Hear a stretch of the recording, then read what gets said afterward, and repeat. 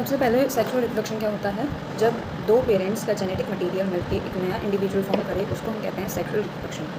अब इस चैप्टर में हम पढ़ेंगे sexual reproduction in flowering plants, यानी कि जो फ्लावर वाले प्लांट्स होते हैं उनमें जेनेटिक मटेरियल मिक्स होकर नया इंडिविजुअल कैसे फॉर्म होता है। सो फॉर दैट सबसे पहले हमें पता होना चाहिए कि एक फ्लावर में एक सिंगल फ्लावर में दोनों टाइप के गैमेट्स प्रेजेंट होते हैं, मेल भी और फीमेल भी। मतलब हमारे फ्लावरिंग प्लांट में दो पार्ट्स होते हैं, फीमेल रिप्रोडक्टिव ऑर्गन और male reproductive organ. Female reproductive organ होता है हमारा स्टिग्मा स्टाइल ओवरी वाला पोर्शन जो होता है, that is our female reproductive organ.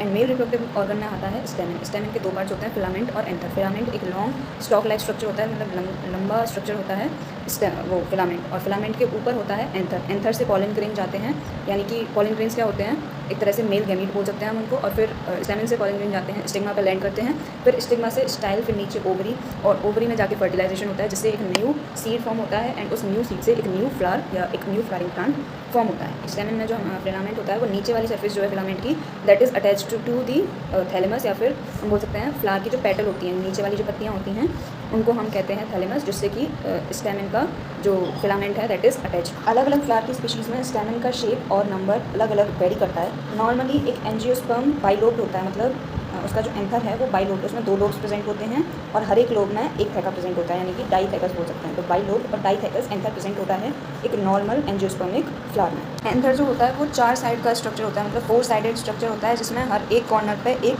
Microsporangia present होता है। और यही माइक्रोस्पोरेंजिया जब डेवलप होकर स्पोर फॉर्मेशन यानी कि पॉलन सैक बनाता है, जिसमें से पॉलन ग्रेन्स निकलते हैं। अब अगर हम देखें कि नॉर्मली एक एंथर का स्ट्रक्चर कैसा होता है, यानी कि एक माइक्रोस्पोरेंजियम का स्ट्रक्चर कैसा होता है, तो अगर हम उसका ट्रांसफर सेक्शन करेंगे, अगर हम उसको बीच में से काटेंगे तो वो जनरली एक सर्कुलर शेप का आउटलाइन मिलती है हमें उसकी, जो 4 वॉल लेयर से सराउंडेड होता है। Epidermis, endothecium, middle layer and tapetum. 4 layer present होती है हमारे माइक्रोस्पोरेंजियम में। क्या क्या?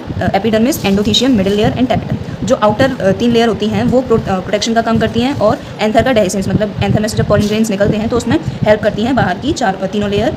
और जो सबसे नीचे वाली लेयर होती है टैपेटम, वो पॉलन ग्रेन को नरिशमेंट प्रोवाइड करती है। और टैपेटम के जो सेल्स होते हैं उनमें डेंस साइटोप्लाज्म प्रेजेंट होता है, और जनरली एक से ज़्यादा न्यूक्लियस प्रेजेंट होते हैं टैपेटम के सेल्स में। और जब एंथर यंग होता है तो a group of compactly arrange homogeneous cells are called sporogenous tissue. मतलब यंग एंथर में स्पोरोजीनियस टिश्यूज होते हैं, कुछ सेल्स का स्ट्रक्चर जो कि हर एक माइक्रोस्पोरेंजियम के सेंटर पर पाए जाते हैं, स्पोरेंजिनियस टिश्यूज़। अब जैसे जैसे एंथर डेवलप करता है तो स्पोरोजीनियस टिश्यूज़ भी डेवलप करते हैं, यानी कि उनमें मियोटिक डिवीजन होता है, जिससे कि माइक्रोस्पोर टेट्राड फॉर्म होता है। So as we can see in this, तो एक पॉलन मदर सेल से माइक्रोस्पोर के फॉर्मेशन का जो ये पूरा प्रोसेस होता है, जब एक मदर सेल यानी कि पॉलन मदर सेल, जिससे कि पॉलन ग्रेन्स बनते हैं, उससे लेके माइक्रोस्पोर का फॉर्मेशन थ्रू मियोसिस, इसको हम बोलते हैं माइक्रोस्पोरोजेनेसिस। क्या बोलते हैं? माइक्रोस्पोरोजेनेसिस। एंड ये जो माइक्रोस्पोर्स होते हैं वो एक क्लस्टर ऑफ 4 सेल्स में प्रेजेंट होते हैं, मतलब माइक्रोस्पोर्स का एक क्लस्टर होता है जिसमें 4 सेल्स प्रेजेंट होते हैं, जिनको हम बोलते हैं माइक्रोस्पोर टेट्राड। ठीक है, माइक्रोस्पोर टेट्राड एक क्लस्टर है जिसमें 4 सेल्स प्रेजेंट होते हैं। और जैसे जैसे एंथर मैच्योर होता है और डिहाइड्रेट होना शुरू हो जाता है तो माइक्रोस्पोर एक दूसरे से डिसोसिएट, मतलब एक दूसरे से अलग होने लग जाते हैं, और फिर पॉलन ग्रेन्स फॉर्म होने लग जाते हैं। एक सिंगल माइक्रोस्पोरेंजियम में कई सारे थाउजेंड्स ऑफ माइक्रोस्पोर्स प्रेजेंट होते हैं, या फिर हम बोल सकते हैं pollen grains are formed that are released with the, जैसे एंथर डिहाइस या फिर एंथर डेhiscence होता है तो काफ़ी सारे माइक्रोस्पोर्स या पॉलन ग्रेन्स निकलते हैं। सो बेसिकली ये पॉलन ग्रेन्स होते क्या हैं? पॉलन ग्रेन्स होते हैं मेल गैमेटोफाइट। ठीक है, मेल गैमेटोफाइटिक सेल्स को हम बोलते हैं पॉलन ग्रेन्स।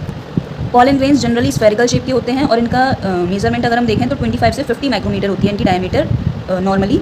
और जो पॉलन ग्रेन की बाहर वाली आउटर लेयर होती है जिसको हम बोलते हैं एक्साइन, वो स्पोरोपोलेनिन की बनी हुई होती है, स्पोरोपोलेनिन की, जो कि अभी तक के जितने भी ऑर्गेनिक मटेरियल्स हमें पता हैं उनमें से the most resistant organic material है, यानी कि वो हार्श वेदर्स में भी सर्वाइव कर सकती है। स्पोरोपोलेनिन जो कि एक्साइन में प्रेजेंट होती है, या फिर हम बोलें कि exine is made up of sporopollenin.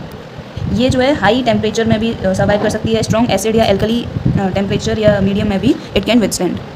और पॉलन ग्रेन के एक्साइन में एक अपैरेटस या एक स्ट्रक्चर प्रेजेंट होता है, जर्म पोर, जहाँ पे स्पोरोपोलेनिन एब्सेंट होता है। तो अगर कोई पूछे कि एक्साइन के कौन से सर्फेस पे स्पोरोपोलेनिन नहीं होता है, sporopollenin basically exine basically sporopollenin का बना है, लेकिन एक्साइन में कुछ ऐसा पार्ट भी है जहाँ पे स्पोरोपोलेनिन प्रेजेंट नहीं है, और वो पार्ट है जर्म पोर्स का। और जैसे ब्लड रिंग्स होती हैं वैसे ही पॉलन रिंग्स भी होती हैं, जहाँ पे पॉलन ग्रेन्स को प्रिजर्व किया जाता है एज फॉसिल्स। और ऐसा क्यों पॉसिबल हो पाता है? क्योंकि इसमें स्पोरोपोलेनिन प्रेजेंट होता है। अभी हमने पढ़ा कि sporopollenin high temperature, strong acid, alkali किसी भी मीडियम में सर्वाइव कर सकता है। एंड हमने अभी थोड़ी देर पहले पढ़ा कि ये जो आउटर कवरिंग है वो काफ़ी हार्ड होती है। अब एक क्वेश्चन हमारे दिमाग में आता है कि भाई ये जो एक्साइन है आउटर लेयर, ये हार्ड क्यों होती है? तो ये इंपॉर्टेंट क्वेश्चंस तो हैं, लेकिन इसका एक सिंपल सा आंसर है। अब अगर ये एग्जाइन हार्ड नहीं होगी, स्पोरोपोलिन की बनी हुई एग्जाइन हार्ड नहीं होगी, तो ये पॉलन ग्रेन्स को प्रिजर्व कैसे करेगी, प्रोटेक्ट कैसे करेगी? तो इसका सिंपल आंसर है, why do you think the exine should be hard? Because it protects pollen grain from the severe condition. यानी कि अब जैसे हमें पता है कि स्पोरोपोलिन हार्श वेदर कंडीशन में भी परसिस्ट कर सकती है। So this is the basic reason why it should be hard. बाहर वाली सरफेस हो गई एग्जाइन, और अंदर वाली जो सरफेस है पॉलन ग्रेन की, दैट इज कॉल्ड इंटाइन। ये एक थिन कॉन्टिन्यूस लेयर है सेलुलोज और पेक्टिन की। बाहर वाली लेयर थी exine made up of sporopollenin, अंदर वाली है इंटाइन जो कि सेलुलोज और पेक्टिन की बनी हुई होती है। पॉलन ग्रेन्स के जो साइटोप्लाज्म है वो प्लाज्मा मेम्ब्रेन से सराउंडेड होता है। और जब पॉलन ग्रेन मैच्योर होता है तो उसमें दो सेल्स प्रेजेंट होते हैं, वेजिटेटिव सेल और जनरेटिव सेल। वेजिटेटिव सेल एक बड़ा सेल होता है जिसमें अबंडेंट फूड रिजर्व होता है और इरेगुलर शेप्ड बड़ा सा न्यूक्लियस होता है, और जो जनरेटिव सेल है वो छोटा होता है और वेजिटेटिव सेल के साइटोप्लाज्म में फ्लोट करता है। ये एक स्पिंडल शेप्ड सेल है जिसमें साइटोप्लाज्म डेंस होता है और एक न्यूक्लियस इज प्रेजेंट। 60% एंजियोस्पर्म्स में पॉलन ग्रेन्स शेड हो जाता है, मतलब पॉलन ग्रेन से स्टिग्मा से स्टेमिन से बाहर निकल आता है इन 60% ऑफ एंजियोस्पर्म। इसी वाली स्टेज पर, ये जो 2 साइड स्टेज है, इसी वाली स्टेज पर पॉलन ग्रेन बाहर रिलीज हो जाता है। लेकिन बाकी बची हुई जो 40% स्पीशीज़ हैं उनमें क्या होगा फिर, अगर ये 2 साइड स्टेज में डिहाइस नहीं हुआ तो क्या होगा, जनरेटिव सेल जो है, जो कि साइटोप्लाज्म मतलब वेजिटेटिव सेल के साइटोप्लाज्म में ये जो जनरेटिव सेल फ्लोट कर रहा था, तो ये जो बाकी सारी स्पीशीज़ हैं इनके जो जनरेटिव सेल हैं वो माइटोटिक डिवीजन शो करेंगे, माइटोसिस होगा उनमें, और 2 मेल गैमीट फॉर्म होंगे। जब उसके बाद 3 साइड स्टेज में पॉलन ग्रेन्स शेड हो जाते हैं। अब काफ़ी सारे ऐसे पॉलन ग्रेन्स होते हैं जिनसे काफ़ी सारी एलर्जीज और ब्रोंकियल एप्लीकेशंस हो सकते हैं कुछ लोगों में, जिसकी वजह से क्रोनिक रेस्पिरेटरी डिसऑर्डर्स हमें देखने को मिलते हैं, लाइक एजमा, ब्रोंकाइटिस एक्सेट्रा। अब कुछ एग्जांपल्स देख लेते हैं, जैसे कि पार्थिनियम, या इसको हम कैरेट ग्रास भी बोल सकते हैं, जो कि एक कंटामिनेटेड फूड की या फिर एक कंटामिनेटेड एलिमेंट की तरह आया था विद इंपोर्टेड वीट, और यहाँ पे आके वो यूबिक्यूटस हो गया और फिर मतलब पॉलन एलर्जीज कॉज करने लग गया। So that was basically everything जो कि हमें पता होना चाहिए in respect to the male reproductive organ of our flowering plants. In next video हम जानेंगे फीमेल रिप्रोडक्टिव ऑर्गन के बारे में, एंड देन एट लास्ट दोनों का जो फ्यूजन होता है वो हम पढ़ेंगे। ठीक है।